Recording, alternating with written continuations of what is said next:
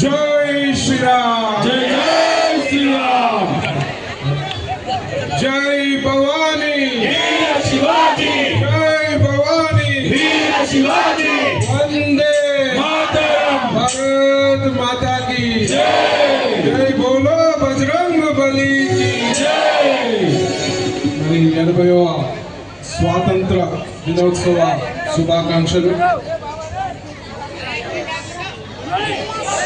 అందరు దయచేసి నిశ్శబ్దంగా ఉండాల్సిందిగా మనం చేస్తున్నాం. మీ పట్టణానికి వచ్చింది మీ గురించే. నిశ్శబ్దం నిశ్శబ్దం డిసిప్లిన్ ఉండాలి. ఇంటికాడ ముచ్చట్లు పెట్టుకోవచ్చుగా. ఇవాళ మీ అందరిని చూస్తుంటే మెదక్ పట్టణంలో హిందువులను చూస్తుంటే హిందూ వ్యతిరేకుల వన్నులో వణుకు పుడుతుంది మిమ్మల్ని చూస్తుంటే. అక్కడ ఎవరన్నా యాంటీ హిందూ మాట్లాడాలి, హిందువులపై అనుచిత వ్యాఖ్యలు చేయాలంటే మీ అందరిని చూస్తే ఆయనకి కారిపోవాలి. నాకు అట్లుంటుంది మరి మన మెదక్ తోటి. మరి ప్రవీణ్ అనేది మెదక్ అంటారు. మా అమ్మమ్మ వాళ్ళది కూడా ఇదే డిస్టిక్, మెదక్ డిస్టిక్. సో మా అమ్మమ్మ వాళ్ళ జిల్లా ఇది కాబట్టి నాకు మీకు ఒక మంచి సంబంధం ఉంటుంది. అది ధర్మరక్ష సంబంధం అని చెప్పి సందర్భంగా ఇలా భజనలు చేస్తుర్రు. భజనలు ఎందుకు చేస్తుర్రు? వచ్చినామా, సపోర్ట్లు కొట్టినామా, భజన చేసినామా, పాట పాడినామా, ఇంటికి పోయినామా, పన్నామా కాదు. భజన చేస్తుర్రంటే మన లోపల ఐక్యమత్యము విపరీతంగా పెరుగుతున్నట్టే దాని అర్థం అని చెప్పి ఈ సందర్భంగా తెలియజేస్తున్నా. మరి ఐక్యమత్యం ఎందుకు పెరగాలి? చాలా చూస్తున్నారు కదా, ఆడోడు ఈడోడు మోపై అటుగోలు హిందువులపై మాట్లాడుతున్నారు. వాళ్ళ కాళ్ళు చేతి నిలగొట్టాలంటే మన అందరము ఐక్యమత్యంతో ఉండాలి. ఒక 5 నుంచి 10 సంవత్సరాలలో మనందరం ఏం చేయాలంటే ఎవడన్నా హిందూ వ్యతిరేకి గుడి ముంగటి నుంచి పోతుంటే తలకాయ దించుకొని వాళ్ళు నా కొడుకులేదు అట్లా చేయాలి మనం అందరం. ఎంత ధైర్యము! వాక్ ఇష్టం వచ్చినట్టు స్వేచ్ఛ ఉంది, వాక్ స్వేచ్ఛ ఉందని ఒక కానూన్ ఉన్నది. అది మన హిందువులకు వర్తించదు. వాక్ స్వేచ్ఛ ఉందని చెప్పి ఒకడు వచ్చి చెప్తాడు 2050 వరకు మొత్తం భారతదేశాన్ని క్రైస్తవ దేశంగా చేస్తూ అని. అమ్మ మేమేమైనా గాజులు వేసుకొని కూర్చున్నామా హిందువుల మీద? 2050 వరకు చేస్తున్నాడట. ఇంకోటి వచ్చి చెప్తాడు 2050 వరకు మొత్తం ఇస్లాం దేశం చేసేస్తామని చెప్తాడు. బిడ్డ ఔరంగజేబు వచ్చి ఏం బీకలేదురా. ఈ ఐక్యమత్యం ఉంటే ఆడు వచ్చి ఏమైనా చేయగలుగుతారా మనం చెప్పు? ఈ ఐక్యమత్యం ఉంటే ఏమైనా చేయగలుగుతారా అని అడుగుతుంది. ఇది ఇంకో సంతోషమైన విషయం. ఇక్కడ అన్ని పార్టీలు ఉన్నారు, చాలా సంతోషం. నేను ఒకటే చెప్తా, పార్టీలకు అతీతంగా హైందత్వం గురించి పోరాటం చేయాల్సిన అవసరం ఉందని చెప్పి నేను ఈ సందర్భంలో బిడ్డ శ్రీరాములు లెక్కున్నన్ని రోజులు మీ ఆట నడుస్తాయి బిడ్డ. ఒక్కసారి హిందువు పరశురాముడైతే తలకాయ లేస్తాడు నా కొడుకల్లా. శ్రీరాముడు హిందువులకు ఓపిక ఎక్కువ, నిజంగా కూడా హిందువులకు ఓపిక ఎక్కువ, చాలా ఓపిక. ఓపిక ఉన్న రోజులు ఓకే. వచ్చి అంటాడు ప్రవీణ్ నన్ను డబ్బులు మాట్లాడుతూ అంటే కత్తి తీస్తా అంటాడు. బిడ్డ ఓపిక ఉన్న రోజులు ఓపిక. మా దేవతలు కూడా ఆయుధాలు పట్టుకొని తిరుగుతారు రాక్షస సంహారానికి. అవసరం పడితే రాక్షసుల సంహారానికి ఏ హిందూ ఎంగా అని చెప్పి ఈ సందర్భంగా తెలియజేస్తుంది. వచ్చి అంటాడు వికరిస్తాడు, 3 దేవతలున్నా మీరు ఆవులను పూజ చేస్తారు, మరి కుక్కలు ఎందుకు పూజ చేయరు? ఇది కూడా జంతువే, అది కూడా జంతువు అని ఒక క్రిస్టియన్ పాస్టర్ గారు వచ్చి చెప్పి, అరే బిడ్డ తల్లి పాలియలేని పరిస్థితులలో పసికూలకి ఎలా ఆవు పాలు ఇస్తారు అంటే తల్లి పాలలో ఎంత స్వేచ్ఛత ఉందో అంత స్వేచ్ఛత ఆవు పాలలో ఉంది. ఆవుల 3 దేవతలు ఉంటారు. ఆవు మా దేవత గోమాత కింద పూజ చేస్తాము అంటే ఏమంటాడు, లేదన్నా నువ్వు చెప్పిన దానికి నాకు సమస్యకు వస్తలేదు, నువ్వు చెప్పిన నాకు ఇష్టం నచ్చలేదు అన్నాడు. సరే బిడ్డ ఇంక ఇట్లా కాదు చికోటి స్టైల్లో చెప్తా అని చెప్పిన. నేను ఆయనకి చెప్పిన నేను గోమూత్రం తాగుతారా, మరి నువ్వు కుక్క మూత్రం తాగుతారా అన్నప్పుడు నేను చెప్పిన నేను గోపేడతోటి నా ఇల్లంతా అలుతా బిడ్డ, మరి నువ్వు కుక్క దాంతో ఇల్లు అలుతావా? నేను చెప్పిన బిడ్డ నేను గోవు పాలు తాగుతా, నువ్వు కుక్క పాలు తాగుతావా? నోరు బంద్ అయింది, ఇక మాట లేదు, గమ్మున తలకాయ తీసుకొని వేలు. అంటే మంచిగా చెప్తే అర్థం కాదు. గోవును రక్షించుకోవాల్సిన బాధ్యత భారతదేశంలో ఉన్న హిందువులపై ఉంది. ఒకప్పుడు గోవు ఎందుకు మన స్వార్థం గురించి కూడా రక్షించుకోవాల్సిన పరిస్థితి. ఒకప్పుడు 130 కోట్ల గోవులు ఉండే, 30 కోట్ల మంది జనాభా ఉండే. ఇవాళ 140 కోట్ల మంది మన జనాభా అయిన 30 కోట్లు గోవులైనవి. అంటే ఎంత రివర్స్ అయిపోయింది. గోవు మూత్రం పడ్డ నేల, గోవు పేడ పడ్డ నేల సారవంతమైన నేల కాబట్టి ఇవాళ కెమికల్స్ వాడి మనం క్యాన్సర్ల బారిన పడుతున్నాం. ఇవాళ ఇంటి ముంగట ఎంతమంది ఇల్లు అలుపుతారో నాకు తెలియదు. పేడతో గోపేడతోటి ఎంతమంది ఇల్లు అలుపుతారో తెలియదు. నాకైతే కనబడతలేదు. ఇంకా గ్రామంలో అలా అక్కడక్కడ కనబడుతుంది. అలా గోపేడతోటి నువ్వు ఇల్లు అలిపితే క్రిమి కీటకాలు చచ్చిపోతాయి. ఇవాళ దాని బదులు మనం స్ప్రేలు వాడుతున్నాం. ఇవాళ దోమల బాధ ఎక్కువైంది, విపరీతమైన స్ప్రేలు. ఇవాళ పంటలలో విపరీతమైన విషం కలిగిన రసాయనాలు చల్లుతున్నాము. మరి అవే కూరగాయలు మనం తింటున్నాం. ఇంతకుముందు 30-40 ఏళ్ళ కింద పెద్ద మనుషులు అడగండి, క్యాన్సర్ అనే పదమైన వాడకు రాచపుండు అంటుండే అప్పట్లో. ఇవాళ ఏడా చూసినా క్యాన్సర్. అంటే ఇవాళ క్యాన్సర్కి నివారణ హిందుత్వంలో ఆరోగ్యంగా ఉండాలంటే గో ఆధారిత ప్రోడక్ట్సే వాడాలి. ఇలా ప్యూర్ ఘీ కానీ, గోవు సంబంధించిన నెయ్యి కానీ, పాలు కానీ, స్వచ్ఛమైన పాలు ఇలా ఆరోగ్యానికి మంచిది. దాని గురించి అన్నా గోవులు కాపాడుకోవాల్సిన అవసరం ఉంది. అందులో మన స్వార్థం ఉందని చెప్పి ఈ సందర్భంగా తెలియజేస్తున్నాం. చాలా సందర్భాలలో మెదక్ పట్టణం నుంచి గోవులని అక్రమ రవాణా చేస్తున్నారు. హైదరాబాద్ నుంచి చాలా గోవులని హత్య చేయడానికి, గోవధ చేయడానికి, తినడానికి, ఇలా గోవధ చేయడానికి ఇక్కడ నుంచి రవాణా చేస్తుంది. చాలా మంది మెదక్లో నేను మెచ్చుకుంటా, కొందరు గో రక్షకులు ఉన్నారు, వాళ్ళకి నేను సలాం పెడుతున్నా. ఎందుకంటే మెదక్ యువకులు, హిందూ వీరులు గోరక్షణ చేస్తున్నారు. హైదరాబాద్ రాకుండా కాపాడుతున్న వారందరికీ కూడా ఒకసారి గట్టిగా సపోర్ట్లతో రకరకాల కుట్రలు జరుగుతున్నాయి. లవ్ జిహాద్ లాంటి కుట్రలు జరుగుతున్నాయి. ఇక ఆడపిల్లలు ఉన్నారు, చెల్లెళ్ళు ఉన్నారు, అక్కలు ఉన్నారు. ఇవాళ పేర్లు మార్చుకొని హిందూ పేర్లతోటి దొంగ కొడుకులు అమ్మాయిలను వలలో వేసుకునే ప్రయత్నం చేస్తున్నారు. వాళ్ళ పట్ల చాలా జాగ్రత్తగా ఉండవలసిన అవసరం ఉంది. అలా కేరళ ఫైల్స్ మూవీ చూడాలి మీరు. కేరళ ఫైల్స్ చూసిరా? Kerala files 1, files 2. ఇవాళ సోదరి మనందరూ జాగ్రత్తగా ఉండాల్సిన అవసరం ఉన్నది. ఇవాళ లవ్ జిహాదే కాదు, ఫుడ్ జిహాద్ కూడా జరుగుతున్నది. మొన్న చూసిరు కదా హైదరాబాద్ లా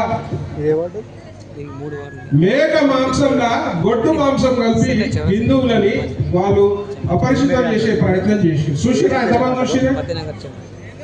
ఇలా చాలా జాగ్రత్తగా ఉండాలి. ఫుడ్ జిహాదీ, లవ్ జిహాదీ, ఫుడ్ జిహాదీ, హలాల్ అపార్ట్మెంట్లు వస్తున్నాయి. అవిటి పట్ల కూడా అప్రమత్తంగా ఉండాలి. హలాల్ అపార్ట్మెంట్లు అంటే హిందూ వ్యతిరేకులు ఎవరైతే ఉంటారో వాడే కొనాలి అపార్ట్మెంట్ సామాను. ఒక బ్రిక్, ఇటుక, సిమెంటు ఏదైనా సరే అక్కడ వాళ్ళ వర్గాల నుంచే కొంటారు. అంటే హిందువులకు దూరం పెడుతుంది, హిందువులు బాగుపడద్దు. మరి మనోళ్ళు పోయి కూరగాయలు కొంటారు, పండ్లు కొంటాడు. వాడు ఆ కూరగాయలు ఏ నీళ్ళలో కడుగుతున్నారో తెలియదు. ఎంతో మందిని చూసినాం మనం, మోరి నీళ్ళలో కడుగుతున్నారు ఇలా సోషల్ మీడియా వేదికలు. మీరు చూసిరా లేదా? మరి అలా మనం కూడా అంతే జాగ్రత్తగా ఉండాలి. ఏడ కొంటున్నాం, ఏం కొంటున్నాం అనేది కూడా చూసుకోవాల్సిన పరిస్థితి. కొన్ని ప్రాంతాలలో ఓల్డ్ సిటీ వాళ్ళ ఇంట్లో పోయి నీళ్ళు అడిగితే నీళ్ళలో ఉంచిన సంఘటనలు కూడా జరిగినాయి. ఇవాళ ఎంత కుట్ర పన్నుతున్నారు అనేది మీరు అర్థం చేసుకోవాలి. హిందువులపై, హిందుత్వంపై ప్రతి ఒక్కరు జాగ్రత్త ఉండాలి. మీరు ఏడ కొంటున్నారు అనేది చూసుకోవాలి, ఎట్లా కొంటున్నారు అనేది చూసుకోవాలి.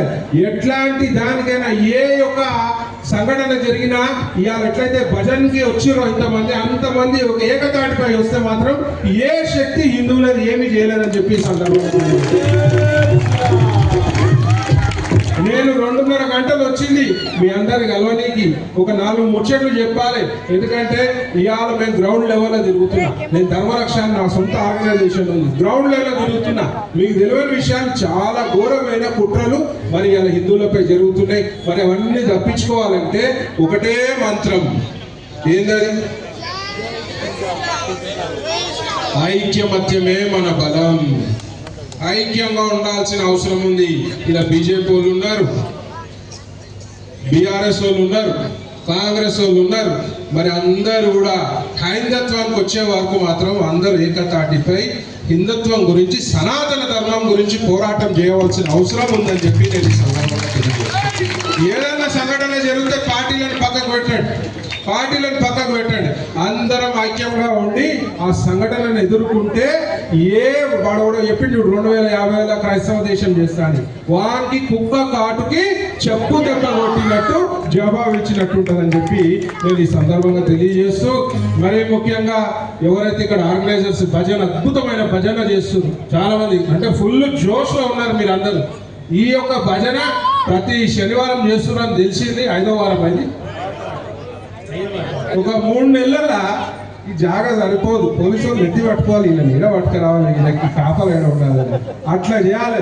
ప్రతి వారము వీలైనంత వరకు మీరు భజన కార్యక్రమంలో పాల్గొనాల్సిన అవసరం ఉందని చెప్పి ఈ సందర్భంగా తెలియజేస్తూ, మరీ ముఖ్యంగా ఈ క్లబ్బులు పబ్బులు ఈ నుంచి హైదరాబాద్కి వస్తారు కొందరు మెదక్ పొరగాను అలా చెప్తున్నా.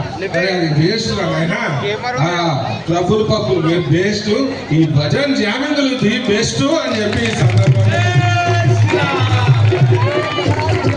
ఇంకో విషయం, వస్త్రధారణ.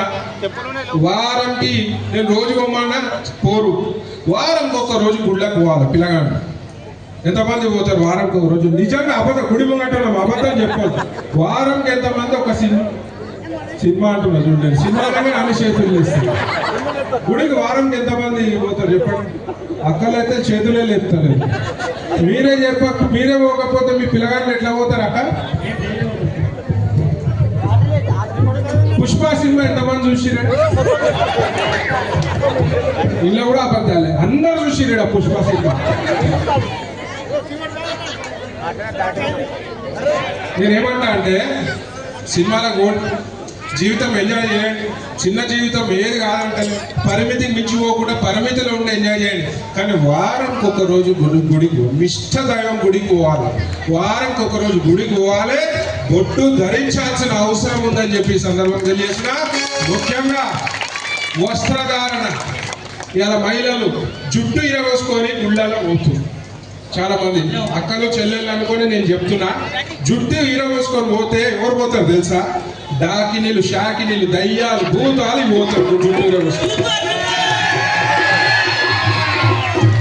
ఇలా జుట్టు ఇరవేసుకొని గుళ్ళకు పోదు, తప్పు. ముడి కట్టుకొని లక్ష్మీ లెక్క మంచిగా బొట్టు ధరించి మంచి వస్త్రధారణ చాలా ఇంపార్టెంట్. పొరగాళ్ళు కూడా గుడి ఇంటి పక్కనే గుడి షార్ట్ మీద పోతా, టీషర్ట్ మీద పోతా అంటే నడవదు. మీ గుడి ఇవాళ నేను చెప్తున్న గుడి వాళ్ళకి ఎవరైనా షార్ట్ మీద టీషర్ట్ మీద వస్తే అలౌ చేయకూడదు. గుళ్ళ అలౌ చేయవద్దు. షార్ట్ మీద టీషర్ట్ మీద తిరుపతికి ఏమో మంచిగా లుంగి పెట్టుకొని పోతారు, ఇంటి పక్కన ఉన్నది కదా గుడి అని చెప్పి షార్ట్ టీషర్ట్ మీద ఉంటారు. ఇక్కడ భజనలో కూడా రావద్దు. మంచి వస్త్రధారణ చూపించుకుంటూ మన సంస్కృతిని, మన యొక్క ట్రెడిషన్ని ఫాలో కావాల్సిన అవసరం ఉందని చెప్పి నేను ఈ సందర్భం తెలియజేస్తూ, ప్రతి ఒక్కరు మగవాళ్ళు ఆడవాళ్ళు బొట్టు ధరించాలి. ధరిస్తారా లేదా? అందరూ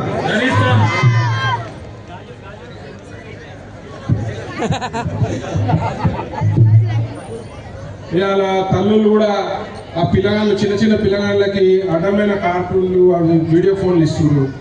ఆ ఫోన్లల్లో పొరగాడు ఏడవగానే ఇక ఫోన్ తీసుకోరా అని చెప్పిస్తారు. చాలా డేంజర్, కళ్ళకి మంచిది కాదు.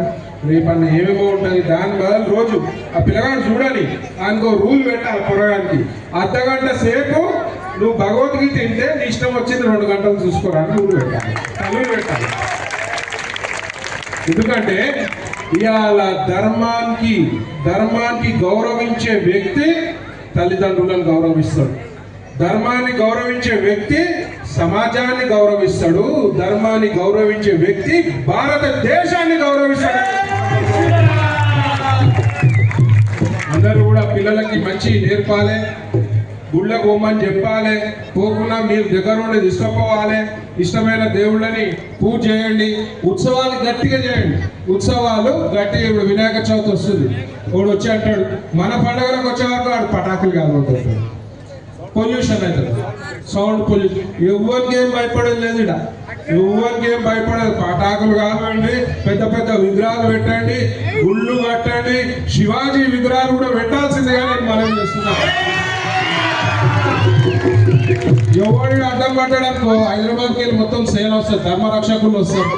మనం పిలుపునిస్తే మొత్తం 2 రాష్ట్రాలు కదిలి రావాలి, అంత ఐక్యమత్యం కావాలని చెప్పి మరి నాకు ఈ అవకాశం ఇచ్చిన ఈ కమిటీ పెద్దలకి, ముఖ్యంగా మా తమ్ముడు బిజేఎం సతీష్ వారికి ప్రత్యేకంగా ధన్యవాదాలు. మా మాజీ అధ్యక్షుడు సీనాన్ ఉన్నాడు, మిగతా వారి పేర్లు నాకు తెలియకుండా అందరి పేరున నమస్కరిస్తూ మీరు ఒక అద్భుతమైన కార్యక్రమాన్ని నిర్వహిస్తున్నారు. ఇలాగే చేస్తూ తెలంగాణ రాష్ట్రంలో ఒక అత్యుత్తమైన భజన కార్యక్రమము మెదక్ జిల్లాలో జరుగుతుందనే పేరు మీరు తెచ్చుకోవాల్సిందిగా నేను మనవి చేస్తున్నాను. మరి ఎల్లప్పుడూ నా అవసరం ఏమున్నా నేనున్నా, నా ధర్మ రక్ష సంస్థ ఉందని చెప్పి ఈ సందర్భంగా తెలియజేస్తూ వచ్చిన ప్రతి ఒక్కరికి హృదయపూర్వక శుభాకాంక్షలు, ధన్యవాదాలు తెలియజేస్తూ మళ్ళీ ఒకసారి ఇంకో విషయం చెప్తున్నాను. భారత సనాతన ధర్మంలో 7 కోట్ల మంత్రాలు ఉన్నాయి. ఎన్ని మంత్రాలు ఉన్నాయి? 7 కోట్ల మంత్రాలు ఉన్నాయి. అన్ని మంత్రాలు పఠించడం మన వల్ల అవుతుందా? సాధ్యమవుతుందా?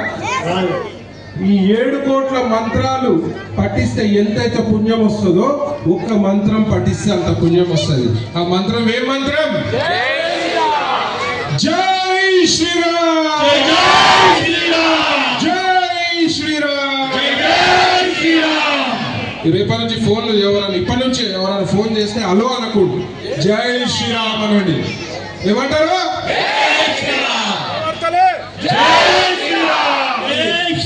ఇది మెదక్ పవర్. అందరికి కూడా ప్రత్యేకంగా ధన్యవాదాలు. మళ్ళొక్కసారి 80వ స్వాతంత్ర దినోత్సవ శుభాకాంక్షలు తెలియజేస్తూ అందరికీ జై శ్రీరామ్, జై శ్రీరామ్. దేహం ఉంది, ప్రాణం ఉంది.